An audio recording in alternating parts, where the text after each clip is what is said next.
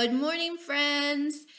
Happy Tuesday to my US friends and my friends that are in New Zealand or England. Happy Wednesday. I just finished my yoga with Adriene. If you've been getting my emails, that was one of the great shares for my email friends. Yoga with Adriene is awesome. It's an online yoga series and she puts up new videos all the time. And she's got them from 10-minute quick ones to 30, 40 minutes, but it fits into the budget because it's free, which I absolutely love. So I've been sharing that. And I always finish my workouts after with a smoothie. This is amazingness in a jar. This is the pumpkin pie smoothie that I got from the Kelly LeVeque, Be Well with Kelly. She's got all these great healthy smoothie recipes on her website, bewellwithkelly.com. This one has pumpkin, pureed pumpkin, unsweetened almond milk, flax meal, protein powder, what else? Cinnamon, ginger, cloves, nutmeg, all that. I then put a tablespoon of coconut oil for some healthy fat in there, but it's awesomeness. And the best thing is there's no sugar in here, so it's good. It's good for you.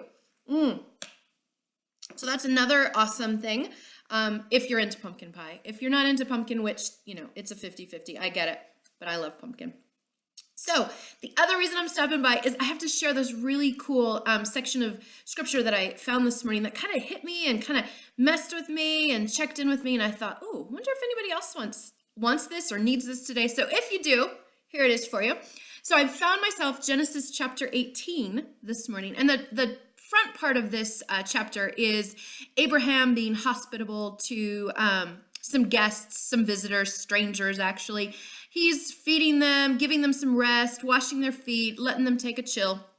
And God's with them. God's speaking to him. But down in verse 9 is where I'm going to pick up. I'm going to read this little section to you. So again, Genesis 18, verse 9. Yes, got to do it with my plus ones. Where is your wife, Sarah? They asked him. This is the guests, or the strangers. There, in the tent, Abraham replied. Then the Lord said, I will surely return to you about this time next year, and Sarah, your wife, will have a son. Now, the background of this here, let me stop, is that Abraham and Sarah are old. Sarah's never been able to have a kid or a baby, her own baby. She kind of gave her maidservant off to Abraham. They had a child, Ishmael. So that's the background here. So Sarah, never herself, has had a baby. And Abraham and Sarah are old. Now, verse 10. Now Sarah was listening at the entrance to the tent, which was behind him. Abraham and Sarah were already old and well advanced in years, and Sarah was past the age of childbearing. So Sarah laughed to herself as she thought, after I'm worn out and my master is old, will I now have this pleasure? So she's in there, she's in the tent. The guys are on the other side. And she's thinking, seriously, you've waited till now? I'm old. I'm past childbearing years. I've wanted this forever. And now you're going to bring this to me? Reading on, verse 13. Then the Lord said to Abraham, why did Sarah laugh and say, will I really have a child now that I'm old? Is anything too hard for the Lord? I will return to you at the appointed time next year, and Sarah will have a son. Sarah was afraid, so she lied and said, I did not laugh. But he said, yes, you did laugh. Have you ever been presented with something that you're just thinking, no, like really? Not me, not now, not this time. I don't have the skill. I'm not capable. I'm too old. I'm not physically fit. I have this illness. I have this, whatever it is, I have, so thus I cannot do what is being presented to me. I actually thought, how many times have I laughed or questioned God when he said, oh, you're going to do this. You're going to raise 2 teen boys while going through menopause. Yeah, that's funny, Lord. How's that possible when all this hormone storm is going on? And then Sarah says she's afraid. So I find this really interesting. At the core of our laugh, our questioning, our doubt, is it always fear? Are we afraid that it's gonna challenge us? Is it gonna risk us? Is it gonna stretch us? Is it gonna change us? What's the fear that keeps us from believing? What's the fear that causes us to laugh or doubt or question?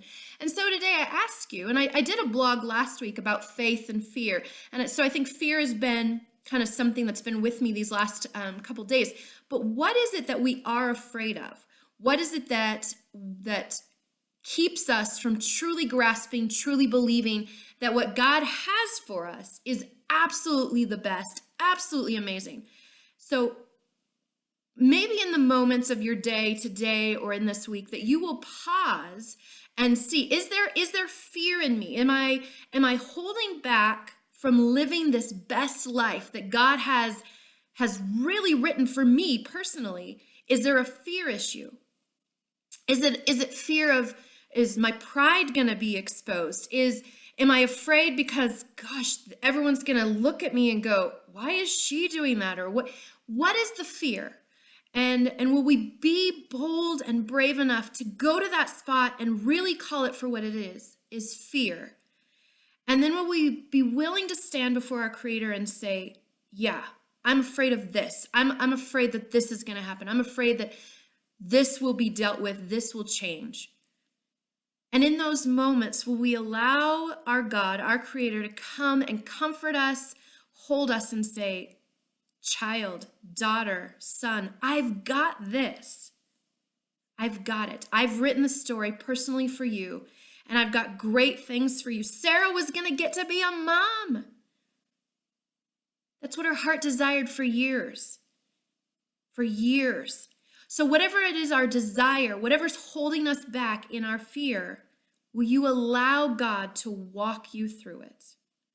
And will you know that it's because He loves you and He's got the perfect plan and time?